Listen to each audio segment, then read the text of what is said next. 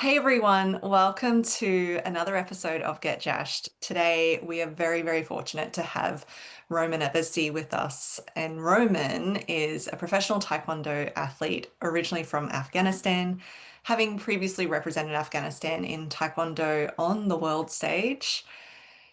He is the founder of the Smile Charity Foundation in Afghanistan, supporting disadvantaged communities through education, mental health initiatives, and access to sport to build better futures.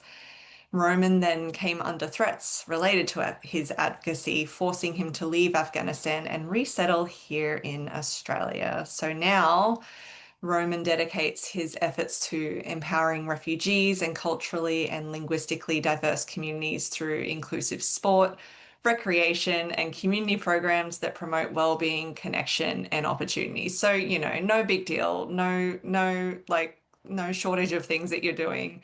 But Roman, I'm so pleased to have you as a guest on the podcast, and I'm so appreciative of you coming on here and sharing your time and energy with us. So thank you. Thank you very much, Jess. Thanks for your time. I really appreciate that you give me a time to speak about different things. Yeah. Thank you very much. Oh, no, you're so welcome. I mean, this is a life experience that a majority of us white Australians, particularly, just do not know. Yeah. And in many cases can't even comprehend. So, um, yeah, I'm grateful for you for sharing your story. Um, you fled Afghanistan in 2021, is that right? Yeah. Actually, the Taliban take over Afghanistan in 2021. Mm, On that time, I contacted the International Olympic Committee and also the Australian Olympic Committee. And I was in Afghanistan for 6 more months and waiting for my visa status. And I left Afghanistan on 2022. And I was in Pakistan as well for a few months. And after that, I came to Australia.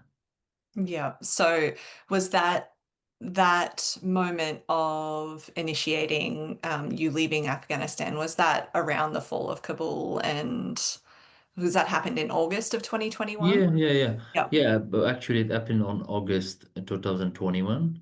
And I was in Afghanistan for 5 or 4 months.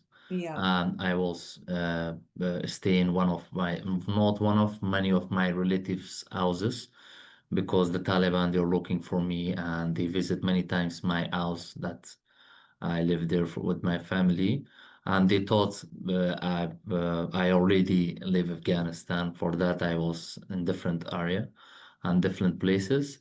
And after a few months, I leave Afghanistan. Mm. So Yeah, you're still there for months. yeah. I was there. I was there. It's actually I got married on um 10th of July 2021. It's Oh, almost 1 month that the Taliban took over Afghanistan, and unfortunately, no one know about that. No one thinks that in one night everything changed, like millions of life change. And yeah, it was very bad day for me, for all the people of Afghanistan, and still it's going, and it's very bad day for everyone. yeah. What were the circumstances that led to you realizing that you needed to leave, that you needed to, I assume you got your wife Yeah. and your immediate family and you realized you had to leave. What were those circumstances for you? Yeah. The main point, because before the Taliban take over Afghanistan, I had a non-for-profit organization and I was founder of a Smile Charity Foundation. And we support the disadvantaged communities in Afghanistan, especially women and girls. And we provide them free sport and recreation activities. We encourage them the free sport and recreation activities, and also we provide them to join the school because in Afghanistan, the women and girls are not allowed to join the sport activities or go to the school, and we encourage everyone. And beside that, I support the Afghanistan national security, like the police, the army, when they fight against the Taliban and they died, and we support their families, especially financially. And when the Taliban take over Afghanistan, they're looking for those people that they are against them, and they support the opposite people, like Afghanistan people, and they target me, my family, and they went to our house many times. And some of my relatives was on that time in the prison, and they're looking for me, and they said Roman is out of Afghanistan. All these things was the reason that I leave Afghanistan, and I'm sure if they catch me, I will face a lot of issues in prison. Even many people, they kill people in the street and in the prison, and it was very dangerous for me and my family to be stay in Afghanistan. So you said that you were able to get in contact with the International Olympic Committee as well as the Australian Olympic Committee, Yeah, yeah. because you were an Olympian. So Yeah, actually, I represent Afghanistan two time in yeah. a world championship, and for more than 15 years, I was a member of Afghanistan national taekwondo team, and I represent Afghanistan for more than 30 international championships. I didn't attend the Olympic Games, but I Mhm. represent for like more than Yeah. 15 years Afghanistan in the international stage.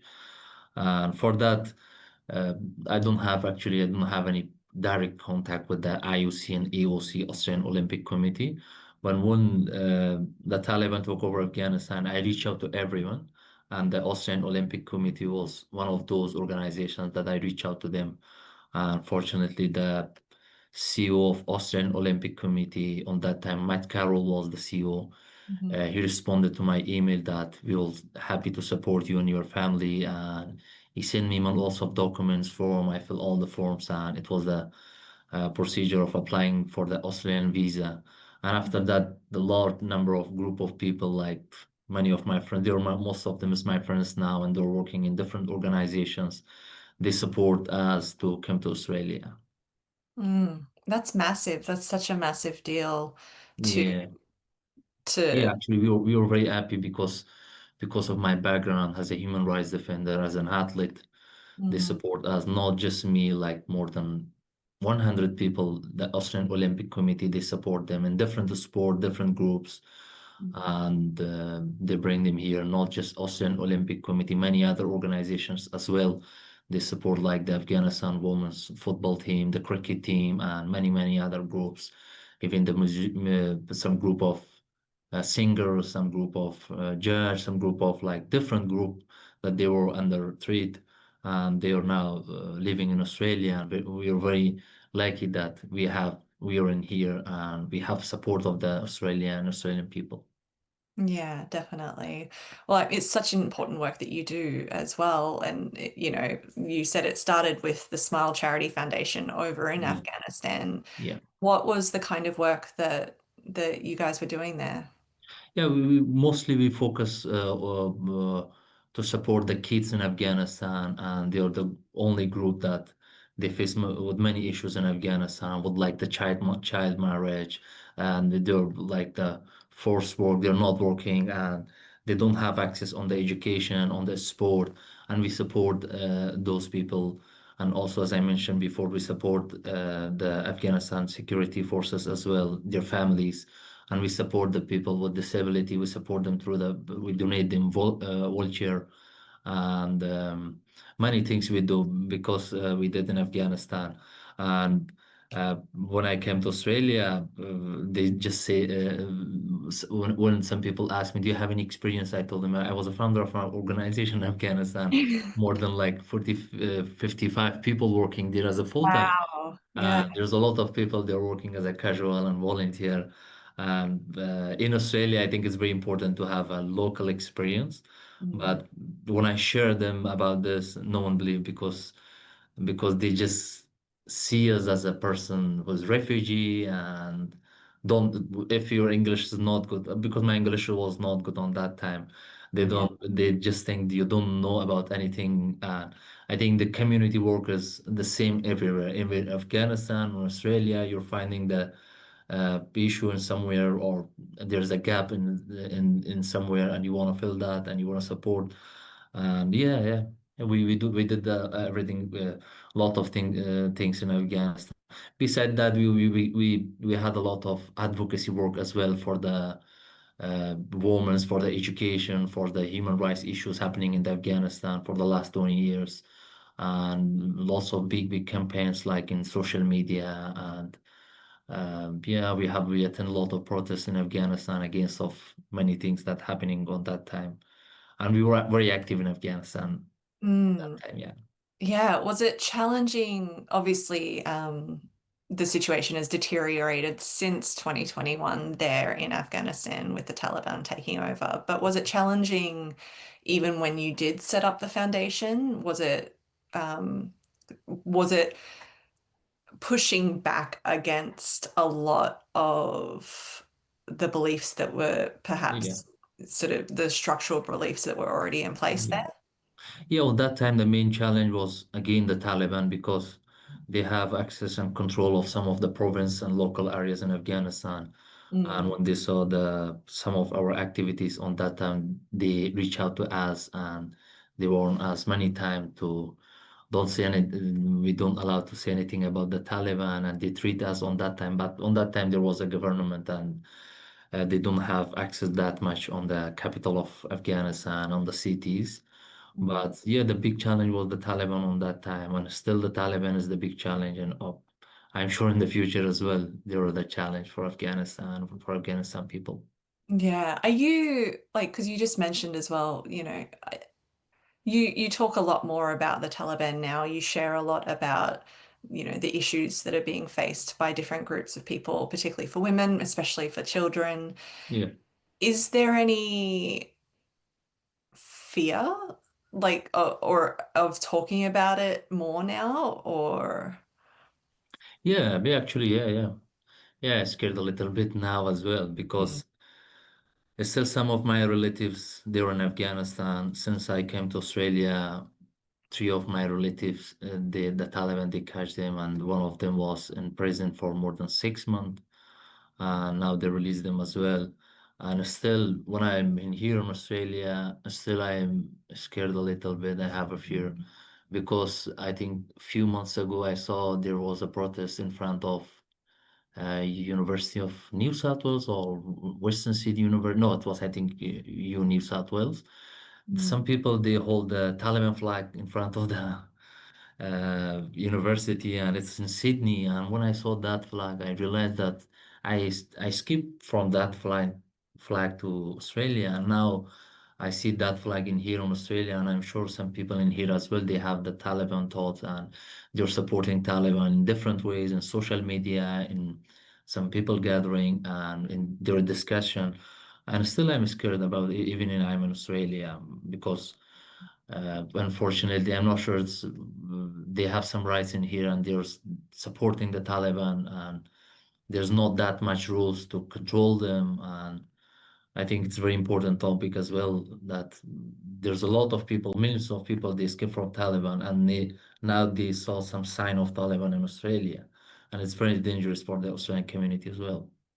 Yeah, and I think like just my understanding of, the Australian community too is we tend to think that we're pretty safe because, we're like, oh, it couldn't happen here. It's Australia and all of these. And I'm not speculating, I don't know otherwise, but like I imagine that seeing these things like, those flags pop up and Yeah, seeing um, that would feel confronting and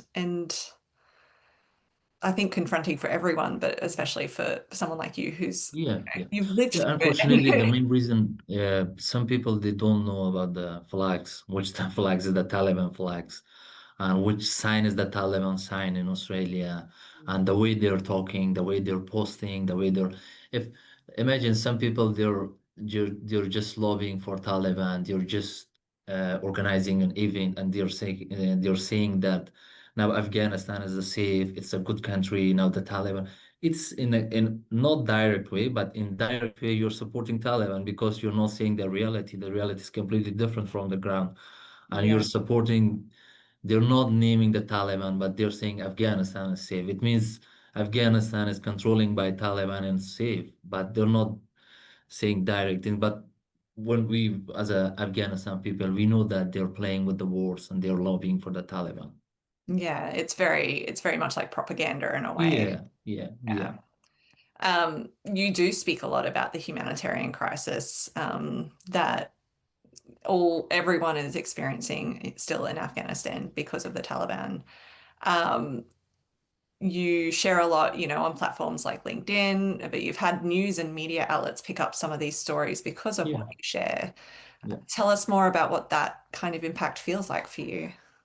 Yeah, mostly before I came to Australia, I was active in other social media like Facebook Mhm. and Instagram, and I have like more than 100,000 followers in different social media accounts. But when I came to Australia, I realized that the people they're more active on LinkedIn than the I'm not sure I'm correct or not because I saw many people use Instagram as Facebook as well.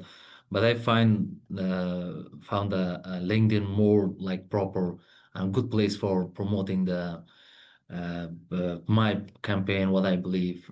I prefer to one of the other reasons because most of my LinkedIn friends are they're Australian, and there's no Afghans in my friends in LinkedIn. For that, I choose LinkedIn and I start the campaign.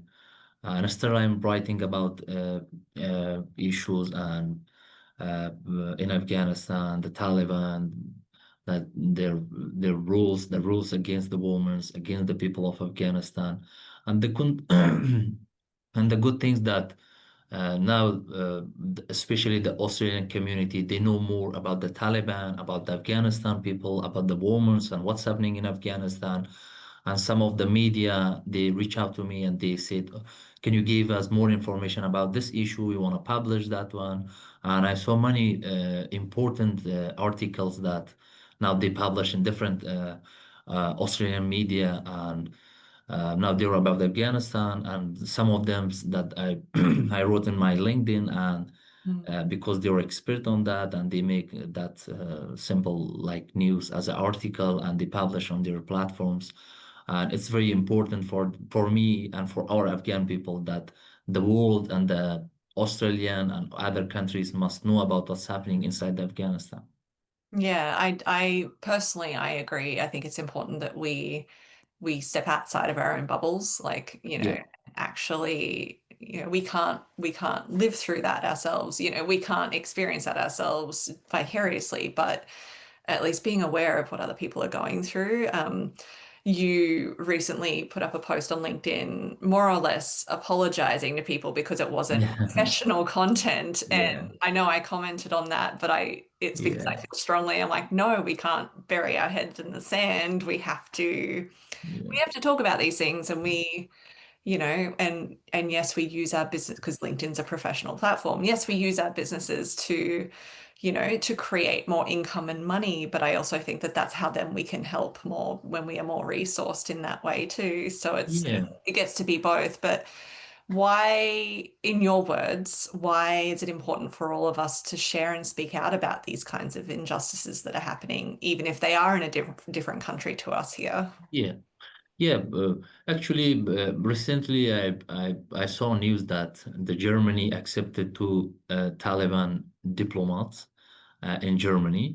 Now, if we don't speak about them, I'm sure the next step will be Australia or any other countries.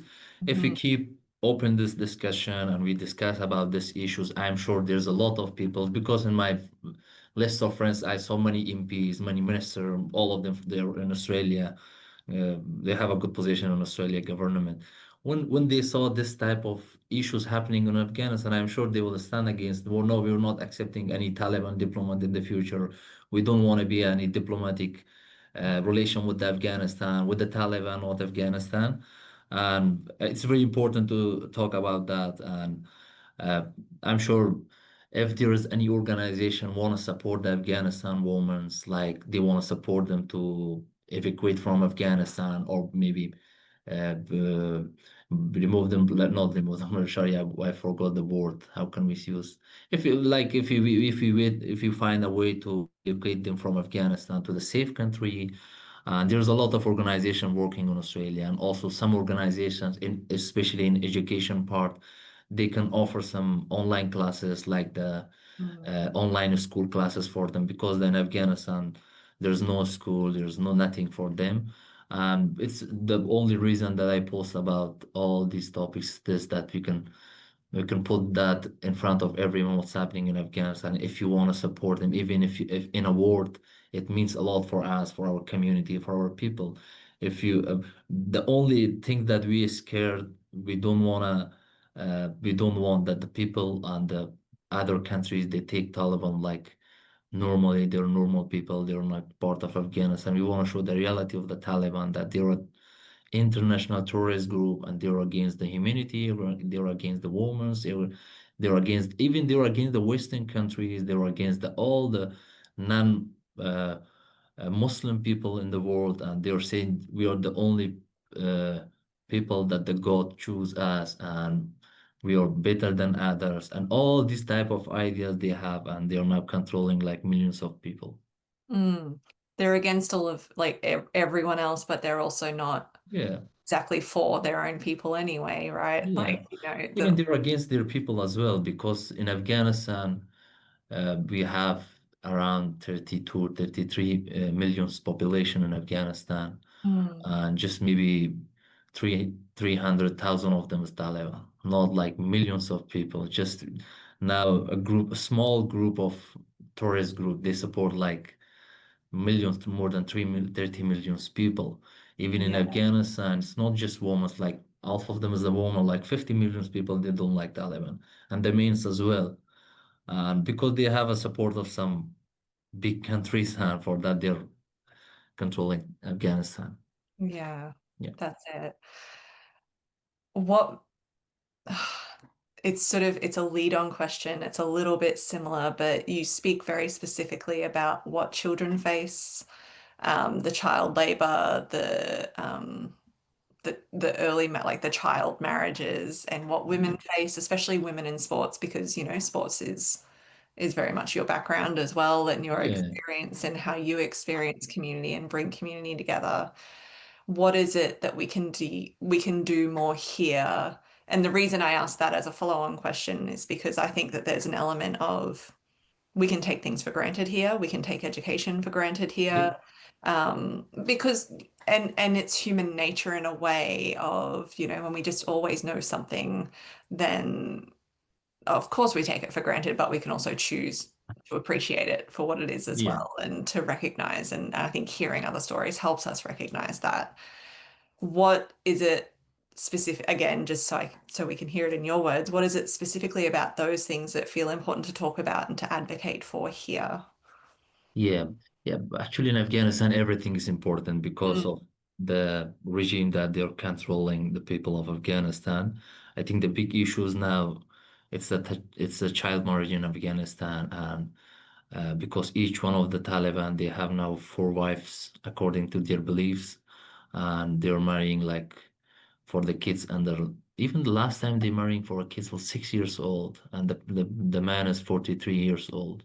mm, And I shared about that, and the good things when I shared these topics, one of the lady, she's an Australian, she contacted me, can you find a family for me that they're on the similar positions, but because most of the time they want to sell their kids for feeding the other kids, especially the boys, and they want to sell the girls. And we are trying to find a family that they're in the similar position, and we want to support them financially to don't do this, don't sell your daughter. And this is the one small impact we have. mm, And I think education is very important as well. And still, we are encouraging the people, especially the Australian community, that we have a large number of girls in Afghanistan, around 100 in a group, and we have some teachers as well. The only thing we need some like connection with the some education organization in Australia. They can provide like the online classes for them, like English classes or computer classes. Once they learn English, they can easily apply for some scholarships, some like yeah. other things. They can easily leave Afghanistan, and I'm sure it takes a long time, but we can just sit and solve. We need to do something. I think education is very important as well. And the good things, there's different lots of people in here they want as well to support them. And because of the Taliban, it's very limited. We have access in Afghanistan to support them directly, the people, but still there's a lot of way that we can support them. Mm, yes, definitely. And like education is also important because the more educated that someone is, the less opportunity they have to be oppressed. You know, Yeah, in yeah, at least some ways, there's a lot that's outside of the circumstance, outside of their control of the circumstances as well. But if these people, if these women and children learn how to read and write, yeah, that gives them so many more opportunities that, yeah. like you said, you know, they can get scholarships, they can. Yeah, I think the only reason that the Taliban is scared from a woman is the education. Because Mm, in my belief, uh, an educated woman will not like born a Talib. They mm, will, they will, they will try to born like a baby, like a normal person, not a Talib person. For that, they scared for women. They close the universities, the schools, everything. And I saw many videos of those Taliban and their beliefs about why they're banning women, and they openly said that we're scared from a woman, like educated woman. They stand in front of us and they say that this is my right and this is my rights. And if you ban the school, the education, they will don't know about their rights. And this is the only mm, thing. And they scared a lot from the women than the men. I'm not sure what's there's a lot of reasons, but yeah, every time they're fighting against women. it's so interesting. Such a Yeah, interesting psychological thing that happens there. But tell us about the work you're doing now, now that you're here. yeah, 'Cause, I mean, we've touched on bits and pieces, yeah, but absolutely. Yeah, yeah, that's great. what Yeah. is the work you do here now? Yeah. One more thing before I respond to your question. On Yes. LinkedIn as well, I'm not just posting every time about Afghanistan because if you post one thing every time, it will be a little bit bored for people who are following you or want to see and want to read your post. I post about my work in Australia as well, about my refugees journey, about my experience, my friends' experience, my community, or different communities. Currently, I'm working as a youth settlement worker. There is an organization that they support refugees and migrants through their settlement journey in Australia. When they came to Australia, we support them in the first 5 years. We support them in different ways if they need anything, if they have an issue, if they need anything with the government, with the school, with like if they're looking support through the Centrelink, Medicare, or if they're looking for free sport, free activities, or if they have an issue with mental health, we support them in different ways. Anything they need, they reach out to us, and we refer them to other organizations. In some parts, we refer them, we support them through our organizations. If they receive some electricity bill, if they receive some like gas bill, we support them as well financially, and we have some food voucher as well. We support them, and anything they need as we support them. Mm. And what are some of the outcomes that can happen from this support for those people? Yeah, yeah. The good things that, especially in my work that I'm working with youths, I encourage them a lot to start their own businesses, and mostly we organize some workshops for them. We organize some programs for them. We have lots of youth since I came to these organizations. Now they have small businesses because we refer them to the organizations that they support them financially and also on the planning, everything. They're now in different sport team as well because my passion is a sport. I support them most through the sport and recreation. Every time I use the sport as the strongest tool to support them, Mm. like mentally and physically. And yeah, there's a good outcome, and we are happy to support them. Yeah, of course.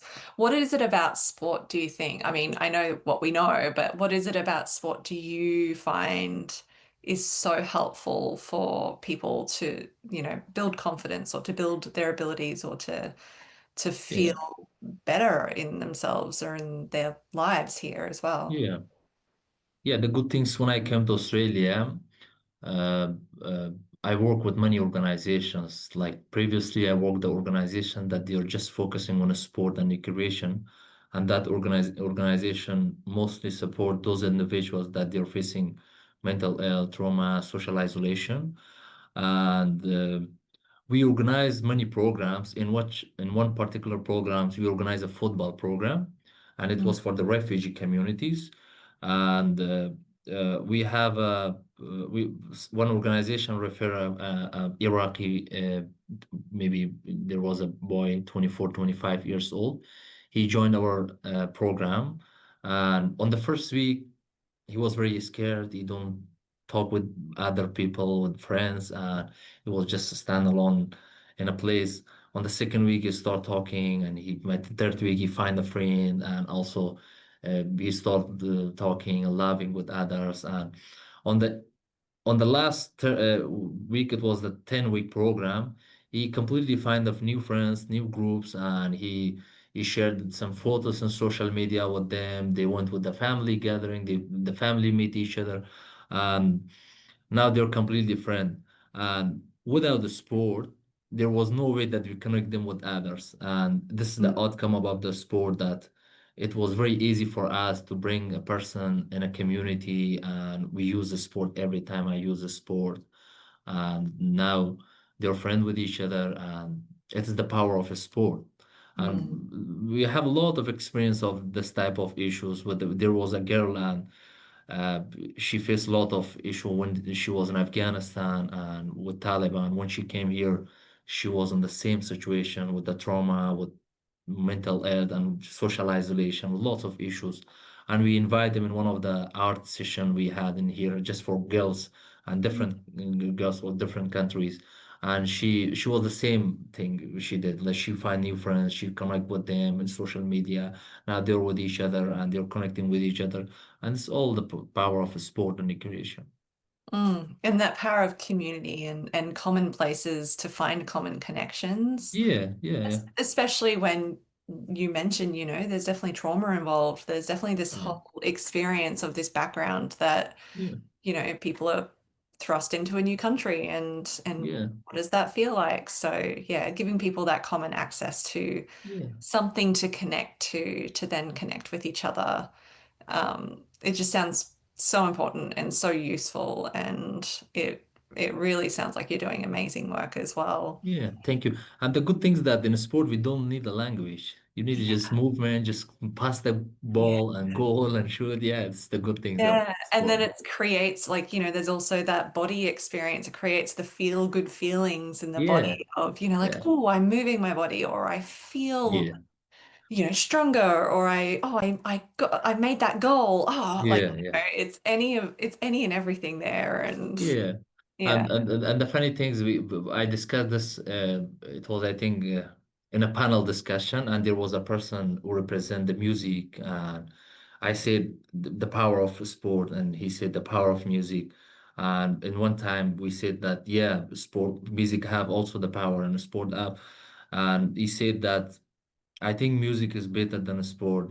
I said no, sport is better. He said we have a dance as well, and I said no, dance is part of a sport, it's part of movement. If you remove dance from music, there's nothing, and Yeah. it's also again a sport. And yeah, I love sport, and even sports not just for me, it was completely different because Mhm. I start my life with the sport like as a when I was maybe in 2005, I was 10 or 11 years old. I started Taekwondo, and the organization, my education was in a sport and education, like it's an education. Yeah, I forgot the name of in English. It's again a sport education. I have a bachelor on that. After that, my organization that I found, it was just we support the people through sport. When the Taliban took over Afghanistan, the sport saved my life, and I came to Australia. And when I came to Australia, my first job was in a sport, and now again I'm supporting the community through sport. I'm not sure I'm involved a lot from my early life until now with the sport, and the sport came in front of me in different ways, not just like the physical activity. And Yeah. Even when I was like in a situation in Afghanistan and dealing with social isolation and mental health, I went to the gym on that time. It was not gym, just a physical activity, and I get the help from sport. Um, Sports support me in different ways in different part of my life. Yeah, that's so great. Yeah. That's incredible to hear. What is, before you leave us today, what is one thing that you would want just the everyday Australian to know, or yeah, what is something that you would want them to know in Yeah, order to yeah. help support or whatever, yeah, and in any, I won't direct it too much. What is something that you think the everyday Australian that you'd want them to know? I think the only thing that they need to do when they wake up in the morning, they must say that to themselves that thanks God that you're in Australia. We live here in this country with this kind of opportunity we have, with this community they have, and they must be thankful a lot for that Mhm. because they don't have experience of living like in Afghanistan, Iraq, Syria, and any lots of countries. And I think they're very fortunate. They're very lucky that they're living in Australia, and they must be thankful for that, for their God. And if they believe, for anything they believe, they must be thankful for that, and they're living in Australia. And not take it for granted as well, because like Yeah, I said at the beginning, this is an experience that, and I highlight white Australians just very specifically because, yeah, we are very fortunate, and the majority of us yeah, yeah, yeah, have no concept of what that experience would be yeah. like, and you know the resilience that that requires as well. So, And the good things, they're very good listener, and they're very supportive, mm, especially with me. They support me, my family, my siblings when they came to Australia, my community, and the other communities as well. mm, And to be honest, I'm very thankful to the all Australians, to the Australia that they support us. They gave us new opportunity, and they gave us new life in here. oh, I'm so glad. So, where can, if people want to find or support or follow you and just learn more just by everything you share, whether it is about, one topic or another, where can people connect with you? Yeah, the best platform is the LinkedIn that I use mostly, and my name is Roman Abasy on LinkedIn, RomanAbasy. I'll include the link as well, just Oh, for that's people to great. Yeah. click it as well, if that's helpful. So that sounds great. Well, thank you so much for your time and for sharing everything that you have. I know it must not always feel easy to do and to tap back into, but your work is so important, and I'm so grateful for you sharing your time and energy with us today. Thank you very much, Jess. Thanks for your time, and I really appreciate that.